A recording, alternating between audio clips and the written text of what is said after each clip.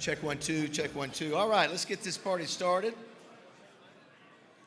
Great to have everybody here today. It was a rough day for a lot of college football programs in the state of Arkansas this weekend. Lord have mercy. We'll have Rex recap that here shortly. But great to be here. Let's count our blessings and know that we could be a lot of other places, but you're with friends who all love football and enjoy being around each other, successful businesses here in this room, and we got to be grateful for that. Boy, how was last week? Did you see the fallout that happened last week with Hunter Yurchek's comments? Holy cow. So Alicia, who does all of our social media, and her team, they put out clips of what is said. And I think the one about the third lane, whether or not we should get the third lane, that got about 500,000 views. And then the one about we can't win this, we're not ready to win a championship in football. I think that got about 400,000 views. I think we probably had at least probably 1 million, 1.5 million, conservatively, maybe 2 million. And boy, it concluded with what happened on Saturday in Memphis. Not a good week for the Razorbacks. But I'm still wearing the hog here, Rex. Still wearing it. Great. It's going to be great to have Tim Brown here today. How many of you were here when Tim came and spoke in 2015? How about that? A few of you. He was outstanding. I told him some things have changed since then. He doesn't have to give a speech. He does Q&A now. And how about him wearing the gold jacket? Give it up for wearing his gold jacket. You know what that means is every gold jacket we get in moving forward. Hey, Tim wore his. Wear yours. Why not? Listen, how many? There's 370, I think, total. 382. How many are living? Only 185. Wear your gold jacket if you got it. That's what I say. Thanks, Tim, for doing that.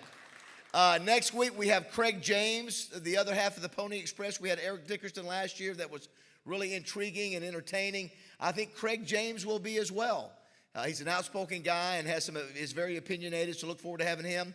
Reminder, Kelly Finglass. You know who Kelly is, Tim? You ever heard that name? So she is her meeting is going to sell out in about 5 days. So we're not going to be here. We're going to be over at the Marriott because of a conflict here. So if you're a sponsor, if you're a member, and you want to get a ticket, you better get it real quick because it's about to sell out.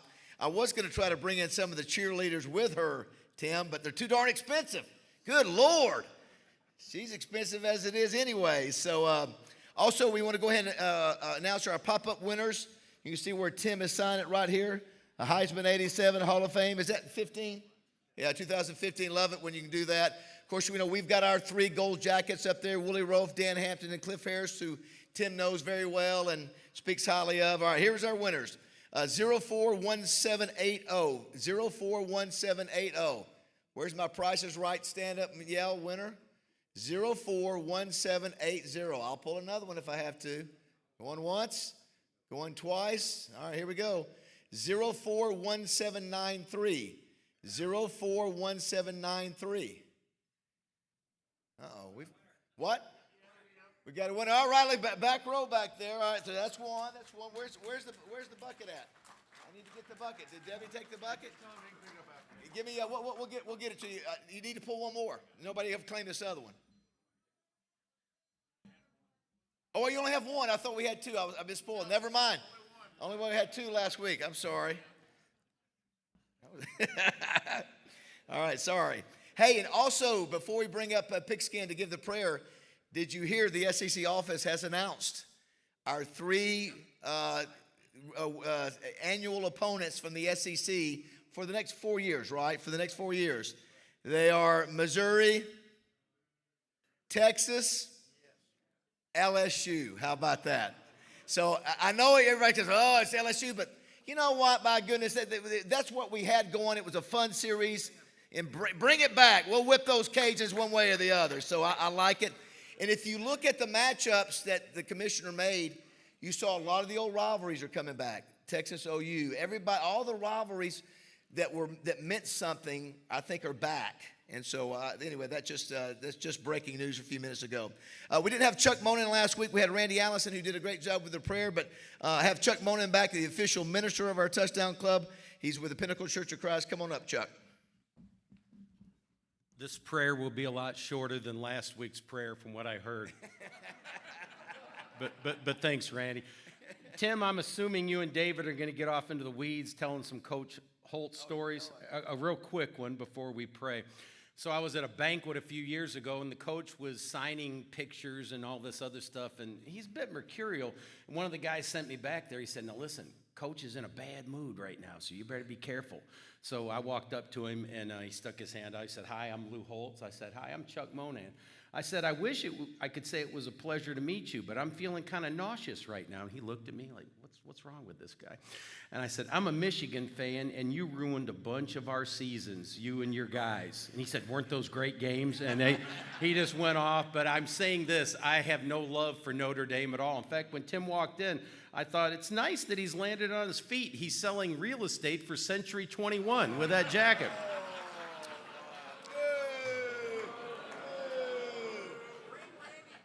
Don't be hating. Shut up down there. We didn't ask that. Now, here's the thing. I say this with all due honesty. There were 3 people that scared me to death anytime my team lined up to play them. It was Tim Brown, Ricky Waters, and Rocket Ishmael. My friend, you're one of the greats of all time. Of all time! Listen, I know a couple people looking for a house, so see me afterward. I'll hook you up with them. Let's pray together. Father, we're thankful to be among friends. We're grateful for the camaraderie that exists here. We're thankful for the life-giving rain that you've put on the earth. And we're thankful for the food.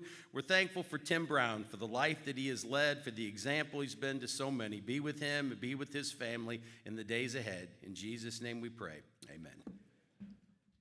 Yeah, Tim, in Arkansas, we have edgy pastors, man. I'm sorry. Sorry, not sorry. I don't know. Man, don't tell him what he will say from time to time. I do want to thank our sponsors real quick. We couldn't do it without them. Our presenting sponsor, Simmons Bank, I think right now they are having their media day today for their big golf tournament, the Simmons Bank Championship presented by Stevens at the Pleasant Valley Country Club. That's October 20th through the 26th, so that's where we have a lot of our Stevens folks. So thanks to them. Great to see Lunsford here as always, who help hand this thing off to from Metropolitan to Simmons Bank, but they'll be back next week, and obviously we wish them a lot of luck with the golf tournament. I also want to thank Stevens, Curtis Jeffries, Warren Simpson, Kurt Bradbury, Brad Eichler, Kevin Scanlon, the Stevens sons, John and Miles. They had a great tournament. You could watch it on the Golf Channel. I got a chance to see it. That was the Jackson T. Stevens Cup at Shore Acres in Lake Bluff, Illinois. We appreciate them, and they're obviously also a sponsor of the Simmons golf tournament. I do want to thank Crane Automotive. Appreciate them. Christian Crane, Chris Crane, all of them. 19 dealerships. All the family's done such a great job over the years. 6,000 cars available. 1,200 employees. Crane team's got them. Thanks so much. And always great to have the Crane team represented here every week. We appreciate all you guys. In addition to the Crane team, I want to thank Wright, Lindsay, and Jennings. 125 years they've been around, and they continue to help Arkansas build and grow.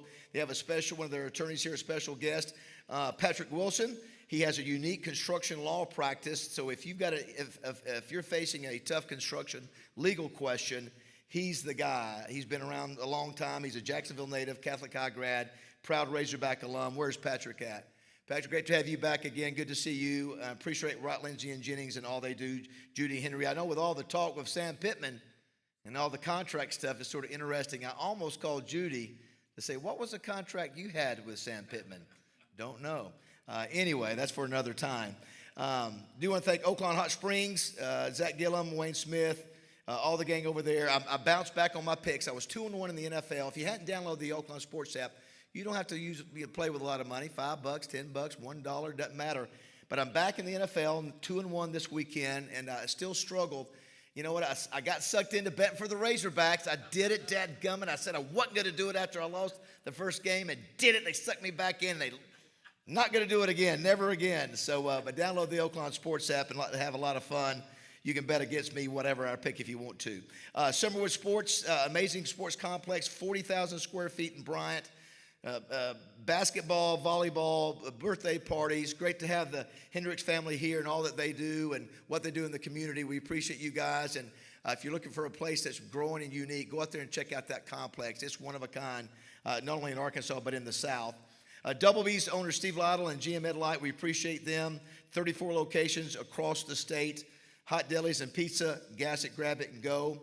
Sissy's Log Cabin, been around 54 years. Bill and Sherry Jones, appreciate them. Locations in Pine Bluff, Little Rock, West Little Rock, Jonesboro, Memphis, and Conway. New location is going up on University. Excited about that. And we do have our first we have two ladies coming in a couple of weeks. I wonder if they will do something special like we did for Alyssa Lang and Laura Rutledge. Roller Funeral Homes, Renato Jenkins, Byler, Bill Booker, 24 locations across the state. We appreciate them. They are the best in the state at taking care of folks through the tough times. They are really outstanding. I want to hold the Hatcher Agency to the end. Anita, I got something I want to share about them a little bit later, something interesting that involves Tim.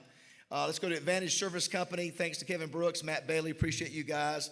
My AC went down the other day, and they got it there immediately, right on the spot. So I appreciate them. They've been in the business a long time, 35 years. 5011 call for all things HVAC and all your electrical needs. They'll take great care of you. Thanks for hopping on it real quick last week, guys. Simmons Bank Arena, Nate Bargatze left this Sunday, 13,000 plus people at Simmons Bank Arena. So you had the woman with the accent. What's her name? I'm just kidding. I just do that to irritate you. People get mad at me because I can't remember her name. But yeah, so if you want to know who's coming, go to SimmonsBankArena.com to find out all the great acts. And Michael Marion should be happy. His Mississippi State Bulldogs are undefeated 4-0. Boy, that's not good for Arkansas. But thanks to Simmons Bank Arena. Pulaski County Farm Bureau, Todd Dennis, Stephen Reichert, thanks so much for your support over the years, for what you guys do for the club. War Memorial Stadium, John Latch, Mark Pike, Kevin Crash, Shay Lewis, appreciate you. Keep up the good work over there. Our media sponsors, Arkansas Democrat Gazette. Amanda, we got to go back a few years. I got a little picture coming up a little bit later. We have another great All Arkansas Preps Player of the Week. Continue to read Wally Hall every day, still putting out great content. We appreciate them. 103.7 The Buzz. Tim was on with DJ and Justin. We're the only touchdown club in America that goes live with our touchdown club every week. It's pretty darn cool. And so we appreciate the Buzz's support. And, of course, my buddy Roger Scott, who couldn't be here today. Miss Roger. Not the same without Roger making jokes over there at the table. So, and Justin Moore and Josh Neighbors, of course. AY Magazine, Heather Baker. AY Magazine, Arkansas Money and Politics. They should be coming out with a Kelly Finglass cover story here in the next week or two. Arkansas PBS, Anita, Brian, Kevin, Tanisha.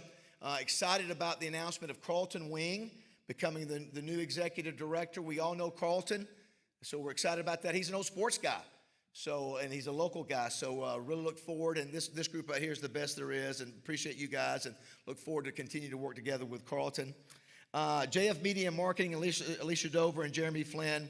I was just telling Tim about, hey, you may say something today that may go nationwide. You never know. It can be good or it can be bad. I don't know, Tim. But because of Alicia and what they do with JF Media and Marketing, really appreciate them, and they allow us to get 10s and 12s and 20 million likes and impressions with what we do each week. The Doubletree Hotel, the best in the business. They do all this together every Sunday afternoon and every Monday after the Touchdown Club meeting. We appreciate them. Tim Glasscock, Sunbelt Convention Services, Rockstar Passes, and our new sponsors, Midtown Plumbing, Haley and Jim Coleman, started back in 2013 with 2 employees, and now they've grown, based out of Benton. Awesome folks, Kyle Jackson too, great husband and wife team. That's Midtown Plumbing. Arkansas Surgical Hospital. It's over there on North Shore Drive off of Crystal Hill exit. 41 private patient suites, 13 state-of-the-art operating rooms. When it comes time talking to your doctor, say that's where you want to go for your procedure. In Arkansas Spine and Pain, Dr. Qureshi, Scott Davis, great doctor, 6 different cities, Benton, Jacksonville, Conway, Little Rock, Searcy, Whitehall. Appreciate them, and then especially these last 3 jumping on board. And last but not least, I wanted to show the Hatcher Agency. Greg Hatcher always brings a ton, including his family. He's got all of his kids, working in the business now, and they're kids, but they're young adults. Lane, Maddie, Kelsey, and Haley. And they've got the Hatcher Capital Investment, Scoops, Twin City Limo. They pick up all of our speakers each week. But Tim, I wanted to go back 10 years ago. 10 years ago. Let's take a look, if you can, Anita. If you can go back to our first photo that I have lined up. This was back in 2015. If you can get there. This was when we met you. I think we met over at the State House Convention Center. You can get there.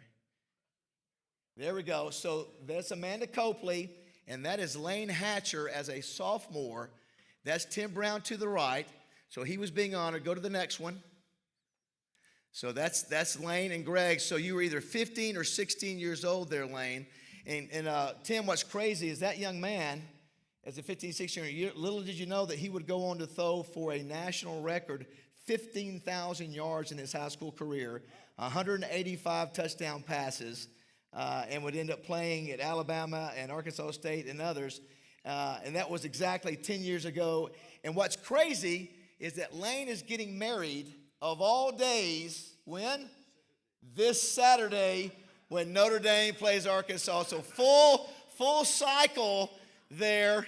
Lane, you got to get out of the doghouse for about 5 years in your marriage for doing that. Luckily, the kickoff's at, and show one more. You can show one more, Anita. Show the next one, just to humor me. Look at the guy on the left. That's Wes Sutton on the right. Who's the guy on the left? I don't know him, but I wish I did. Nobody knows who he is. And who is that? That's actually me, Tim. That's back before I had to eat 8 meals a day. All right, here we go. Let's give a round of applause for all of our great sponsors, by the way. Couldn't do it without them. Our great Touchdown Club team, Dwayne Duncan and Chris Kane and R.J. Hawk, Steve Sullivan, Steve Qualls, our amazing volunteer, 20-plus people. Do want to thank Carol Lee Ford and Evelyn Smith, all those little runners on the table. They not hand washed them, but they washed them themselves over the last week, so we didn't have to pay going to the cleaners. Thank you, Carol Lee and Evelyn. Debbie Wyman, our amazing executive director. Let's give all of our volunteers a round of applause. Appreciate them. They do it for free because they love it. All right, this time we want to bring up State Rep R.J. Hawk with our All Arkansas Preps Player of the Week. Another amazing weekend for our Player of the Week. R.J.? Thank you, David. Now, we've brought players the last couple weeks, and I've thrown out a lot of big-time stats. For those that don't know, we had the Darren McFadden Award, and this week our Player of the Week is a watch list person for that award this year, and rightfully so, because through the first 3 weeks of the season, his numbers have been outstanding. His name is Enoch Hassan. He's a senior running back from Greenbrier, and a couple weeks ago against Van Buren, he had 22 carries for 323 yards and 5 touchdowns, and Greenbrier won that game 48-34. Now, that was the second 300-yard game he's had this year. The first one came earlier in the season when they played Warren. He ran for 313 and 6 touchdowns. And so I was over here talking to Enoch just a minute ago. I said, okay, I just want to make sure I got your numbers right. You've had 3 games. You've run for 696 yards and 12 touchdowns. You're averaging 10.1 yards per carry. I said, is there anything else? He goes, you left off a touchdown. He said, I had a receiving touchdown as well. So anyways, your All Arkansas Preps Player of the Week is Enoch Hassan from Greenbrier.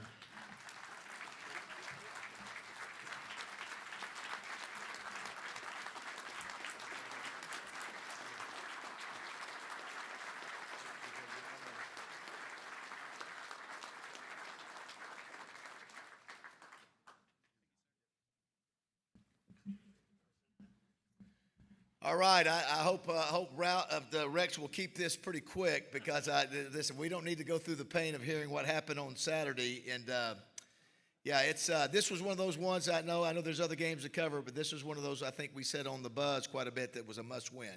Arkansas had to win that game, and they did not. So that makes the rest of the season pretty tough. Give it up for Rex Nelson, everybody.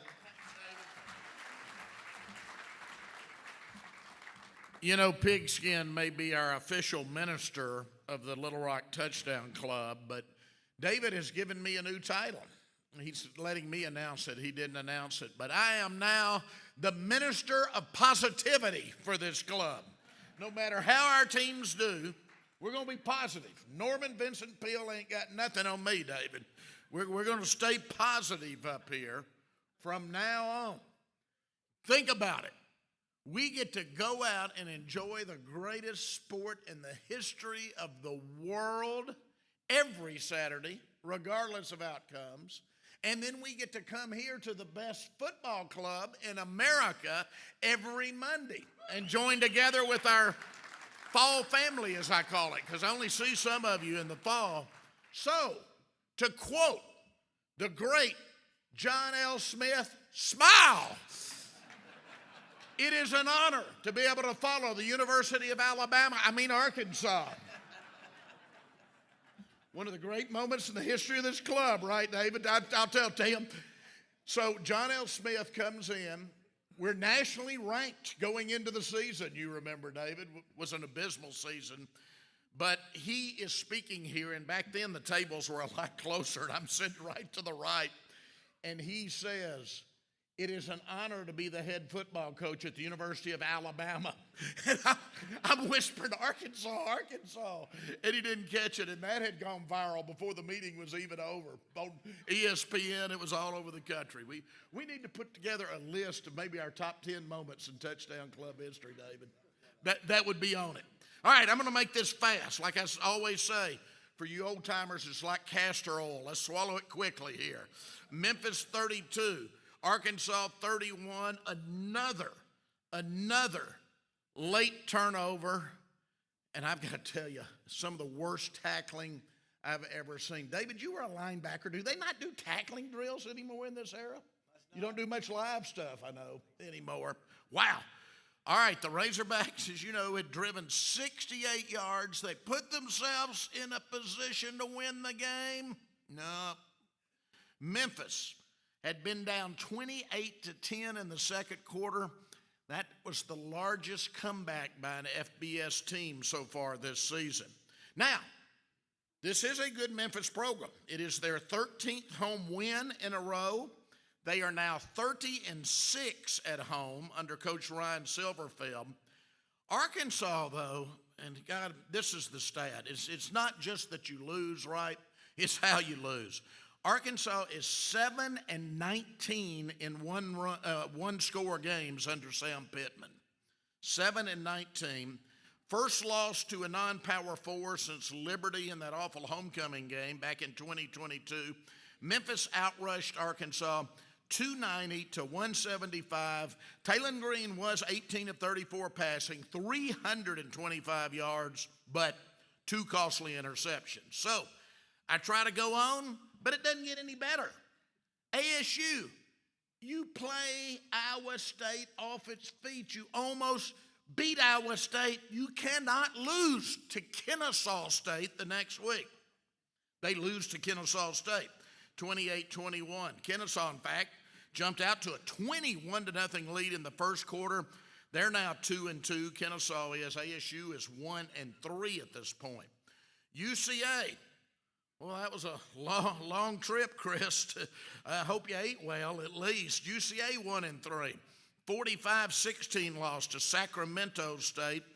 The home team led 28-0 in the second quarter of that one, and they were 38-6 ahead by the third quarter. So that one was over early. Now, Harding is still rolling. The number 2 team in the nation in Division II, and I'm telling you again, they could have another national championship team. 31-12 win in Magnolia against a very good Southern Arkansas team that came in 2-0. But Harding led 17-0 at the half. They led 24-0 in the third quarter, so they put it away early. Harding again runs that option offense that nobody sees anymore. That's why they go so deep in the playoffs. I want you to consider this stat. It's not something you're going to see much in college football now. Harding had 433 yards rushing. That's 8.2 yards per carry. You know how many passing yards they had? 0. 0 passing yards and won by 19 points. Henderson also 3-0. 48-18 win at 0-3 UAM. They've got one of the best quarterbacks in the state, Anthony Edwards. He passed for 2 touchdowns, ran for another, even had a reception for a score. He was 18 of 28 passing for 243 yards and rushed for 75 yards. Roy Thompson, the former Ouachita defensive coordinator, who was the only guy who used to know how to stop Harding, is now the head coach at Arkansas Tech. He has Tech off to a 3-0 start, and they come to Arkadelphia and they beat Ouachita 28-23. Ouachita had won 7 consecutive games in that series and 11 of the previous 13 against Tech. So Roy Thompson is the real deal. Keep an eye on the Wonder Boys this year. Division III, Hendricks falls to 1-2 after a 41-19 loss to 2-1 Millsaps. In the SEC, only had 2 conference games. Oklahoma 24, Auburn 17. Sooners are 4-0 overall, 1-0 in conference. John Mateer, the transfer from Washington State, passed for 271 yards. I just can't keep up with the portal anymore. The former OU quarterback, Jackson Arnold, is now at Auburn. So he was playing his team from last year, and they were out for him. He was sacked 10 times in that game. So Auburn is 3-1 now, 0-1 in conference. Other conference game, Missouri goes to 4-0, 1-0 in conference with a 29-20 win over South Carolina, which is 2-2 overall, 0-2 in conference. Among the non-conference games, hate to tell you, but a week after beating Arkansas, Ole Miss was the most impressive. This was a good Tulane team that came into Oxford. They were 3-0, and Ole Miss wears them out 45-10. Trinidad Chambliss, you remember what he did to the Hogs. Well, he's still at it. Now, remember, he came from Division II, led Ferris State to the national championship last year. He was 17 of 27 passing, 307 yards, and rushed for another 112 yards. So he had 419 yards against a good team of offense. Keep an eye on the Rebels now. So this week, we, of course, do have Notre Dame at Arkansas. It's history. It is history to get Notre Dame to come to our state. Again, 11 a.m. on ABC, just like last Saturday. Other games in the SEC, you got Utah State at 4-0 Vanderbilt, 4-0 LSU at 4-0 Ole Miss. I think that could be a lot of fun. Tennessee's an undefeated Mississippi State. Alabama at Georgia. We'll see. UMass at Missouri and Kentucky at South Carolina. Now, get this. Ole Miss, LSU, Missouri, Oklahoma, Vanderbilt, Georgia, Mississippi State, and Texas A&M. Those 7 SEC teams are combined 30-0 right now. 30-0. AP poll, 10 of the top 20. LSU number 4, Georgia number 5, Oklahoma number 7, Texas A&M number 9, Texas number 10, Ole Miss number 13, Tennessee number 15. Aren't you looking forward to the SEC schedule? Alabama number 17, Vanderbilt number 18, and Missouri number 20. Now, this week, in addition to Notre Dame in Fayetteville, UAPB is back over. If you didn't get enough of Simmons Bank Liberty Stadium, they play in the Southern Heritage Classic, and that's a big deal. Alcorn State UAPB play in Memphis. Here in the state, we've also got Ouachita at Harding, SAU at Henderson, UAM at Arkansas Tech, Rhodes at Hendricks, and Westminster at Line. So you know what that means. Fayetteville, Searcy, Arkadelphia, Russellville, Conway, and Batesville. 6 different towns to choose from. No excuse. Get out and see a college football game on Saturday. Smile and be positive. Thanks, everybody.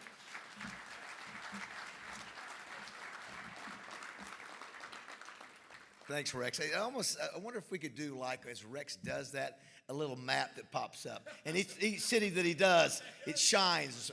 I don't know. I don't know if it needs it. Rex it shines by himself. He doesn't need anything else. But thanks, Rex. Appreciate that. Before we bring Tim up, I want to recognize a couple special guests. Hold your applause, if you will. Judge Barry Hyde, I know, is here. Juju Harshaw, former Razorback, is with Crane Automotive. Great to see you, Juju. Ralph Smith, where's Ralph back there? Ralph is a friend of Tim that came in from Dallas or Texas to see, and appreciate having you here today. Also, wanted to mention Maddie Hatcher. I know, listen, I know I talk about your brother all the time, but I see you here at every Touchdown Club meeting, and I see you're representing, so I appreciate your support. I know you're killing it too.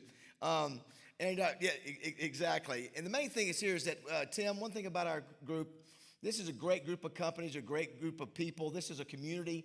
It's unlike any other touchdown club. It's people love to see each other here.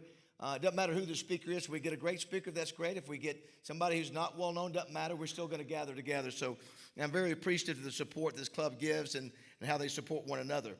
So Tim, to have somebody so unique as Tim, again, there's only 10 people in the history of the game of football that's won a Heisman and in the college and also in the NFL Hall of Fame. I'll repeat that. In the history of the game of football, only 10 who have won a Heisman and also are in the NFL Hall of Fame. And you know what's crazy? Is the Little Rock Touchdown Club has had 5 of the 10. 5 of the 10. So for a young club like us, you know, that's why we recognize everybody, all these great sponsors, Tim, and these members. That's a pretty cool stat to have. So, all right, our man Steve Sullivan at KTV has put together a great open for Tim Brown. Let's take a look. A self-proclaimed mama's boy, Tim Brown was a two-sport star at Dallas's Woodrow Wilson High.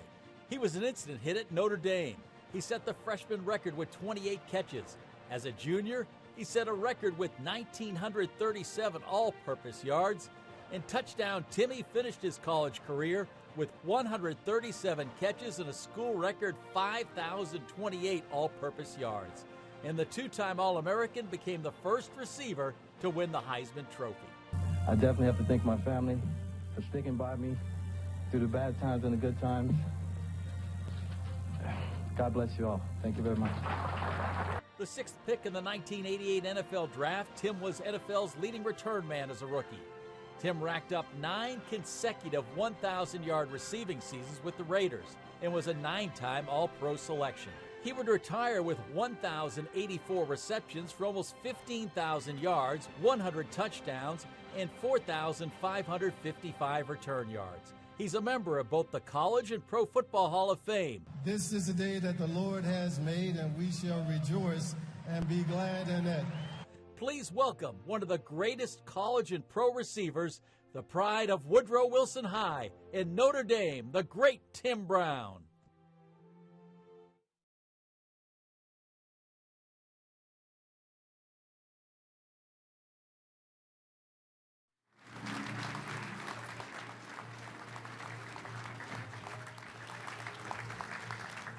Before we begin here, I'm so glad you showed this video, and I'm so glad Ralph is here. You know, we play a lot of golf together, right? And every time he's like, "Hey Tim, I think I can shut you down, man. I think I can shut you down." Say, Ralph, hey, I may be old, but I may not be able to stop, but I can still run. So. You see that, Ralph? I hope you saw that, all right? So let's put all that behind us, all right? That's what I love about these video opens that Sully does. It reminds us just how good you were. And sometimes we don't see them after a while, and you're not looking for your own video. So I am looking for them. The older I get, the more I am too. So it's all fair. Well, welcome back to Little Rock, man. Good It's been 10 years, and I know back then we talked about, we brought in Tim the first time. We used to just ask our guests to do speeches, and you did a great job, but we do a little bit different now with Q&A. Perfect. And I love the fact you wear the gold jacket. So I know for some people, you know, some of our gold jacket guys, they just don't want to get it out, or maybe they feel they're going to mess it up. Why do you feel it's important to wear it? Well, look, I mean, first of all, you work very hard to get this jacket. So, you know, and when you have the opportunity, my agent says this, look, I mean, give the people a little bit more than what they expect, you know. I could put on a blazer or whatever, but when you see this, you know, all except this one guy over here who thinks it's a real estate jacket.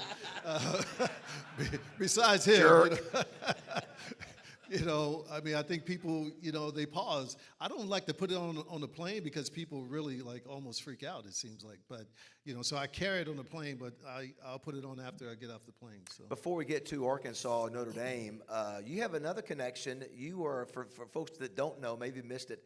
You're the commissioner of an arena league that had a team. In Hot Springs. Yeah. The Hot Springs Wise guys now named the Arkansas Diamonds, and they did pretty well this year. They did great. They did absolutely great. I mean, they were second in attendance. We only had 6 teams. Next year we're going to go to 8. But they did a great job. I came down for a couple of games, and it was a lot of fun.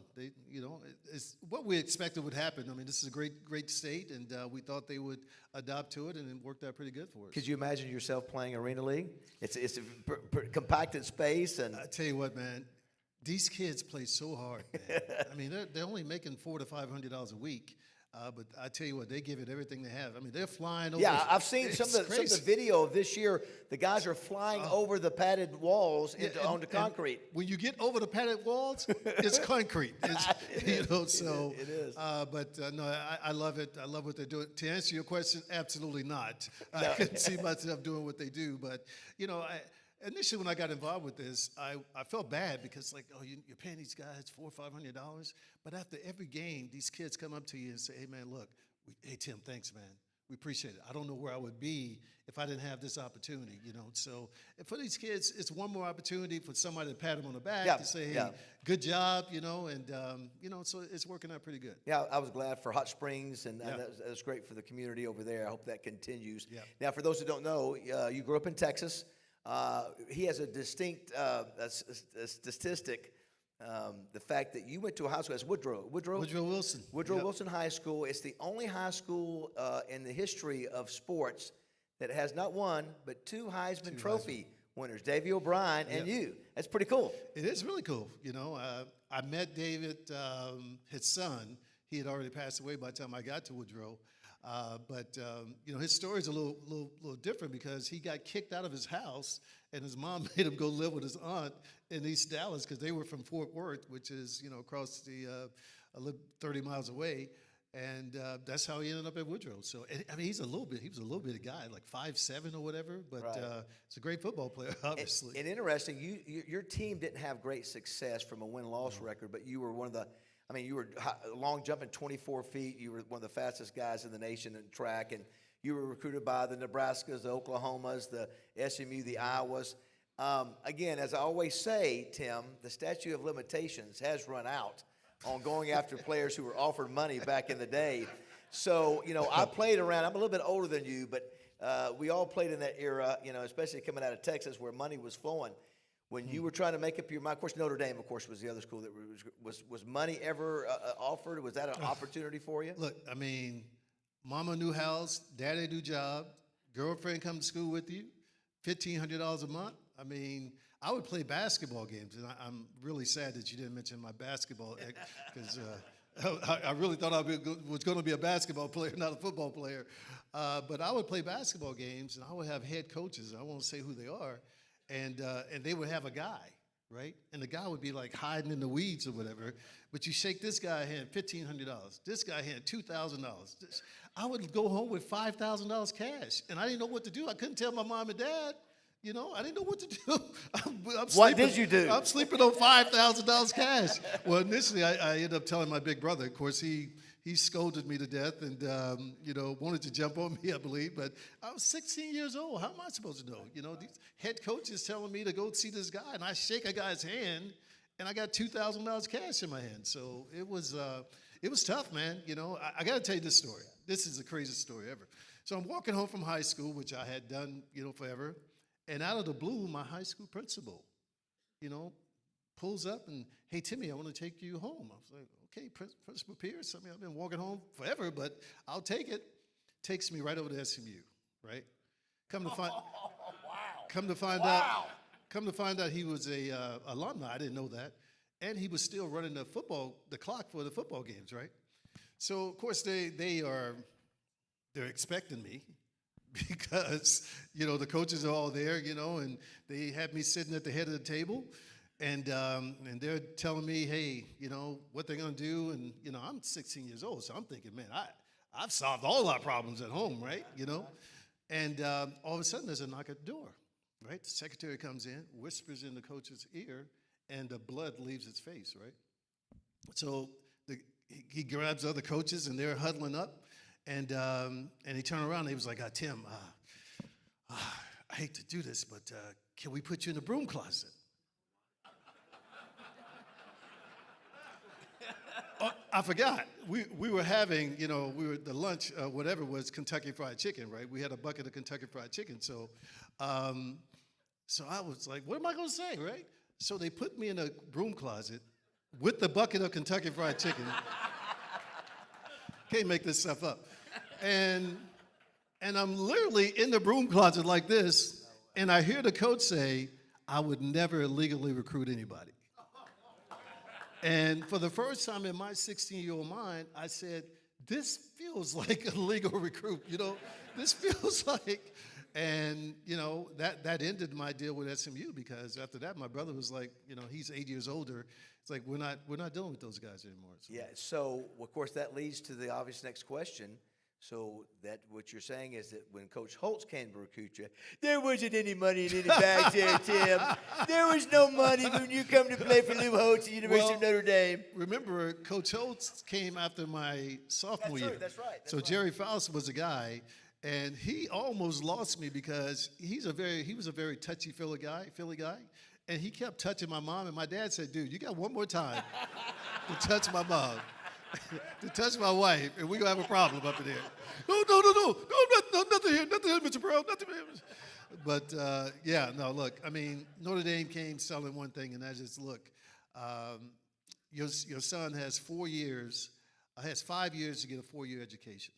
If he decides after 1 week of football, he has to practice 1 week, but if he decides after 1 week he doesn't want to play, he doesn't have to play, but this is an academic scholarship, not an athletic scholarship. So, and I had a guy who came in my year who did that, who practiced 1 week and said, I don't want to play, and he graduated with me 4 years later. So, back in those days, man, my oldest brother, he knew everything about Notre Dame, and he told my mom, look, this football thing is whatever, but this education is real. You know what I mean? And my mom and dad told me when I walked out the door, hey, boy, there's no future in football for you. You go up there and get that education and get on back home. And I was, yes, sir, yes, ma'am. And that was my mindset. So you turned down those other opportunities to go to a program. At that time, Notre Dame was not, No, what not at all. they had some rough times, and Faust was not getting it done. Enter Lou Holtz. Mm-hmm. What do you remember about that first, meeting or first exposure to Coach Holtz?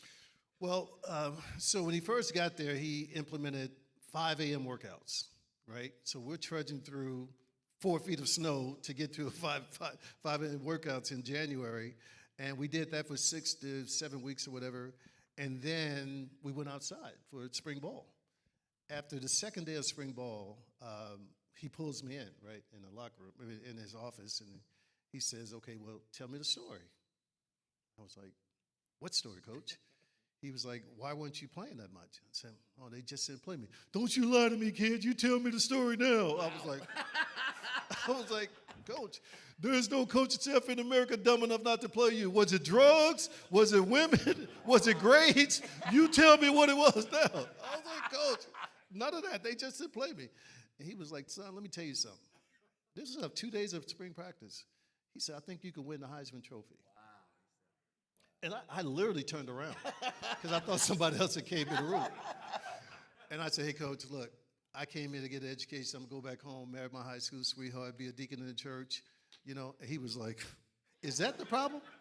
Is that what we're dealing with here? He was like, son, you can have both. And no one in my family had ever told me about both, So I was, and all of a sudden, like a light bulb went off. And, look, football I don't want to say it came easy for me, but I love practice. I love playing the game, So it was not like I had to turn a switch on. Obviously, he had seen something because, he has me in office. But, it was a moment that I'll never forget. For sure. Yeah, you got a couple shots of you and Lou that, he was, we knew that when he was coaching at Arkansas, if there was one school that Lou wanted to go to, it was Notre Dame. Of course, he was either fired or let go. You can say whatever it was that Frank Broyles did to him. Let him go. He goes to Minnesota. And then it wasn't long. He obviously got Minnesota on track real quick. Yeah. He got his opportunity, and that was the school he wanted to be. And, of course, I big my shoulder pads up. look at the shoulder. Look at the linebacker there. Back when we played. I had a bad shoulder. That's what. Yeah. So I had to wear Listen, bigger shoulder pads. but, of course, so he gets a turnaround, but you leave. You graduate before they win the national championship. Well, when he got there, the first meeting he had with us, he said, men, we're going to win a national championship in 3 years, right? So you got the juniors and the seniors going, one. We at Notre Dame, so we can count. 1, Two, everybody was like, Coach, but he said it's only going to happen if you guys buy in. And literally, we had conversations about it. I mean, the group, the upperclassmen, we got together and we had conversations about it because everybody felt, we can't, everybody come there to win national championships, my high school, we won 4 games in 3 years, right? So we won 5 games in 1 year. I was freaking out. I didn't know what to do. But everybody expected all this great stuff to happen. But he told us there, we're going to win the championship in 3 years if you guys buy in. How remarkable is that? He tells him that he can win the Heisman and tells the team they can win a national championship in 3 years. That was the greatness of Lou Holtz. This is a great picture of you and Lou here. I don't know how long ago it was, but I think what is he, 86, 87 now? 87, yeah. 87, and he's actually coming to Fayetteville this week. He's coming to the game. He'll be here. You stay in touch with Coach? Because you're his only Heisman Trophy winner. Yeah, no, I do. He's a great guy. I love him to death. And anytime he's having an event, wherever it is, I try and be there for it, whether it's in Florida or we did something in Miami for him and back at Notre Dame last weekend, and I'll be back this weekend with him. So yeah, you're going to be in Fayetteville. Yeah. So I always sort of find this amazing. We've never played Notre Dame. Arkansas has. And Notre Dame has so much mystique and mystery and legacy and all the things with a unique uniform. I'll go back to this first picture, this next picture, if you could, Anita. I got hooked on the history of college football. So anybody knows who that is right there? And how did you pronounce it? Did they say Canute? Canute's right. Canute is right. For many, many years, people have said it wrong. It's not Knute Rockne, and the way I knew that is because the widow of Canute Rockne told Ronald Reagan during the filming of Canute Rockne All-American, say his name right. It's Canute. And so, but that's where it all started. He was quite the showman back. College football was bigger than anything back in the mid-20s and late 20s, and he put it on the map.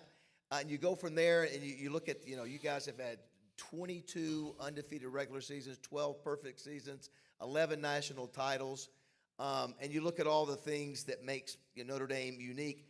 When you roll into town, it's a big deal. What was it like as a player that every time you rolled into, besides playing the teams you always do, like a USC or whatever, what was it like to go to, like Fayetteville? What's getting ready to happen when teams and programs would see you for the first time? No, look, you can tell players have been talking about this and dreaming about this or whatever for a while. Literally, it's like they're foaming at the mouth to get to us, And, and we knew going into every city that we went into that, and this is what we thought in our minds anyway, that we were the biggest thing on the schedule that year, right? So if they beat Notre Dame, then they had a good year. Northern Illinois last year beat Notre Dame. Didn't matter what they did after that. They beat Notre Dame. You know what I mean? So I think, and that's what our guys have to, we have to get up for every week. There's no down week for us. Even you play Purdue, and Purdue came out last week ready to play. You know what I mean?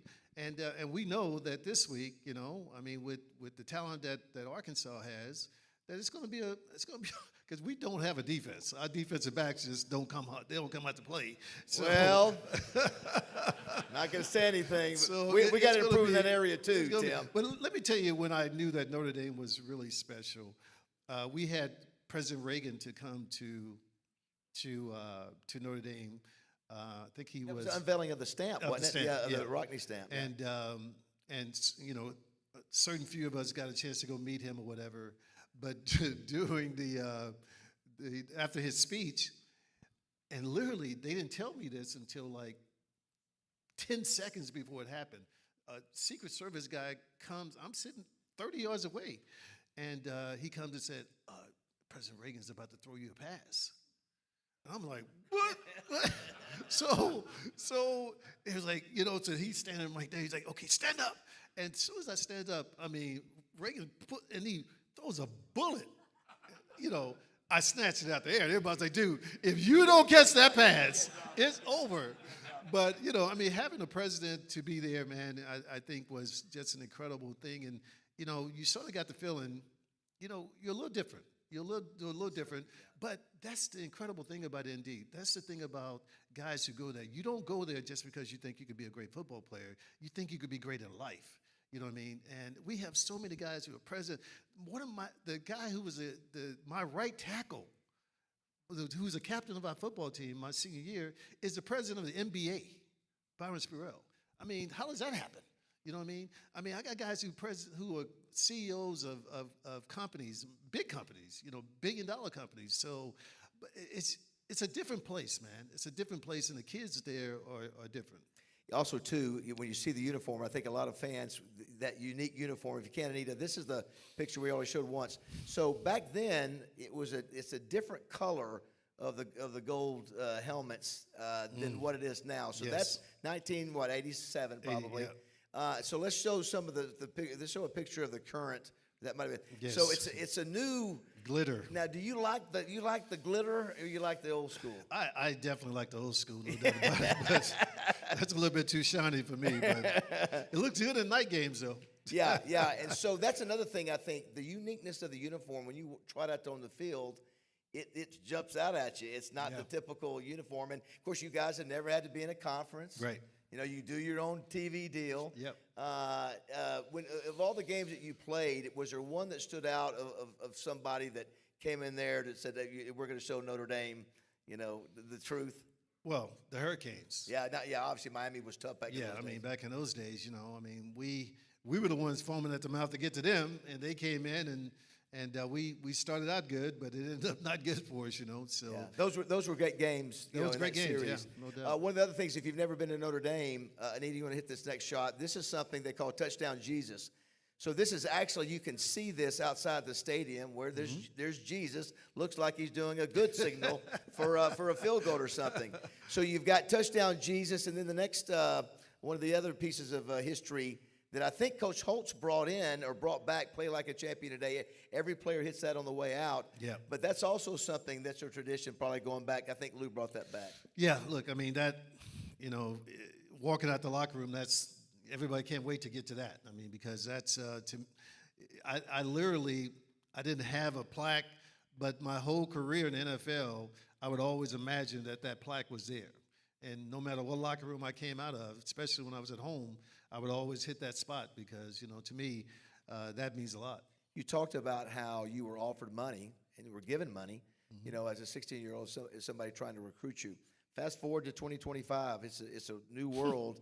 Not only talking about the transfer portal, but talk about the money and NIL. What do you think about the game today versus what it was for you when you were playing? From a Notre Dame perspective, man, we can't play in this NIL game, like everybody else. These guys are getting paid. Don't get me wrong. I think our running back is making $1 million this year. But it takes a different person to come to the University of Notre Dame. And if you go there for the money, you won't be there long. Because those 8 a.m. classes and that 4 feet of snow and those professors, they don't play. Look, I won the Heisman Trophy. And I had to go back to get the trophy, and I missed the final exam, right? So I come back and say, hey, Prof, need to take this final. And he said, no, you failed the class. I was like, hey, bro. I don't know if you watch TV or read the paper around this mud, but I've been a little busy. And if there's a BMOC right now, it is me. And I had to get a letter from the president of the university to take the final exam. You know what I mean? So that wouldn't have happened any other place, I don't believe. I believe the prof would have said, you good. But not at Notre Dame. They made me, I had to sit in a room by myself and take that final exam. So I'm just saying, you have to be it can't all be about the money, because the money is not going to be enough to get you up for that 8 a.m. class. The other part is the transfer portal.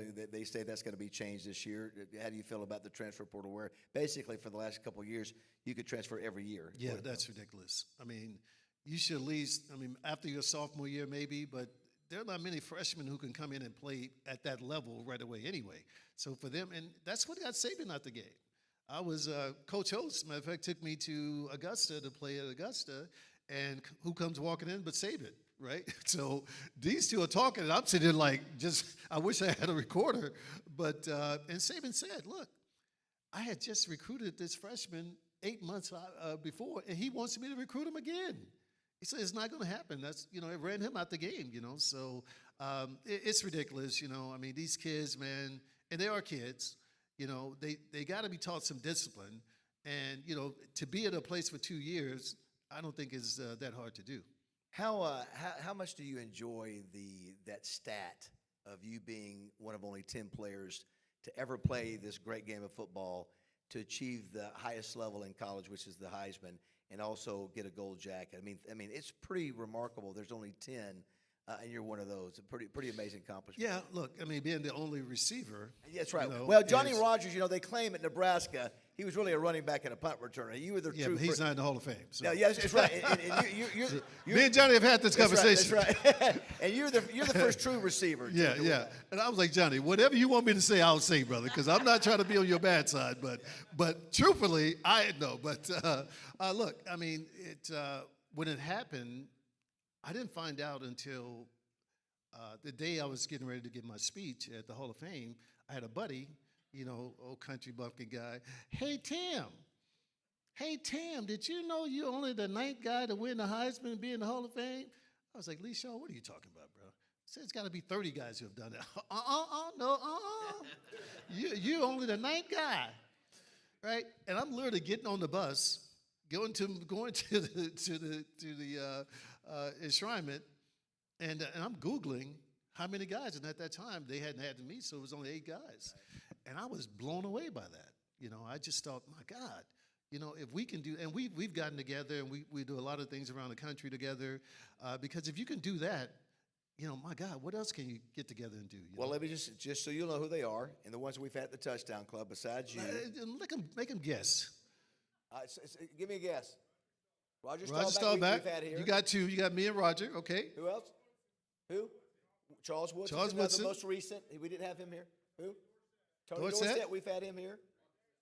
Marcus Allen. We've had him Marcus here. Allen. Barry Sanders. Okay. They had Barry, but Barry's one of them. Now we get tough. Now we going to more. the old guys. We got one more recent one that was, and I played against some pretty good running backs, but this is one guy I would not want to play against. Yes.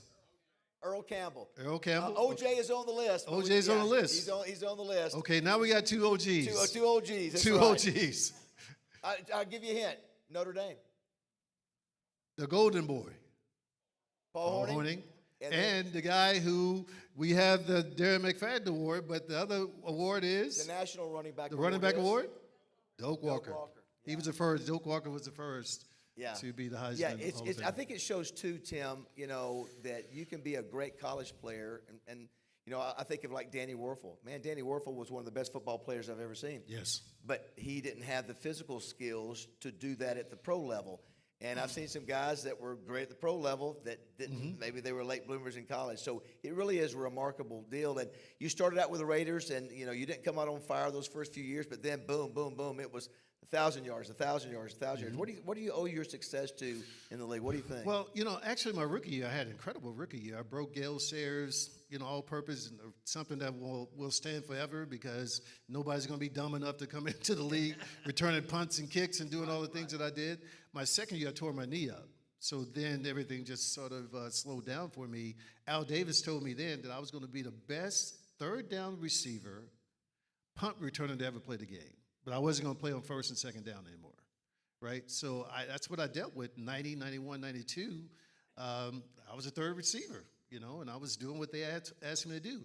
The guy I was playing behind, Mervin Fernandez, gets hurt midway through the season, and I lighted up the rest of the year. Next year, I make the Pro Bowl as a receiver, and, you know, and I go on that run of nine straight Pro Bowls. And I know, too, I think we got a picture here, the unbelievable combination. Wasn't very long, but you guys, obviously, that's Jerry Rice. And, I mean, how would you like to be a DB and look at those two lined up against you? What was it like for you and Jerry to be together? Man, it was incredible. Jerry and I could have played 20 years together. We were such different football players. I used to say he's a cute guy. You know, he won't be out there with his long socks and long towel.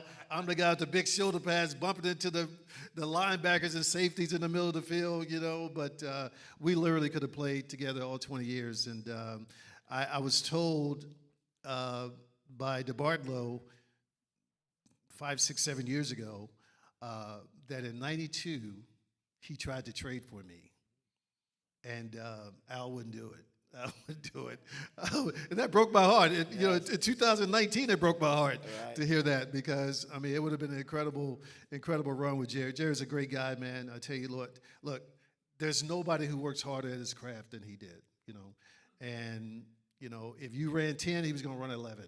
Yeah. You know, he was that guy. And plus, too, the game was a lot different back then. Is what, you know, you could get your head knocked off. Do you like what's happened with the rules to help protect players now compared to when you played? Well, I just think it's very difficult for a defensive player if he's trying to tackle a guy and the guy is starting to go down and he's already launched to hit the guy in the chest, but now because the guy's going down, he ends up hitting him in the head, and they call it I don't understand that part of it. You know, if a guy's, you know, if a receiver is running and he's reaching out for a ball and you hit him in the head, I get that.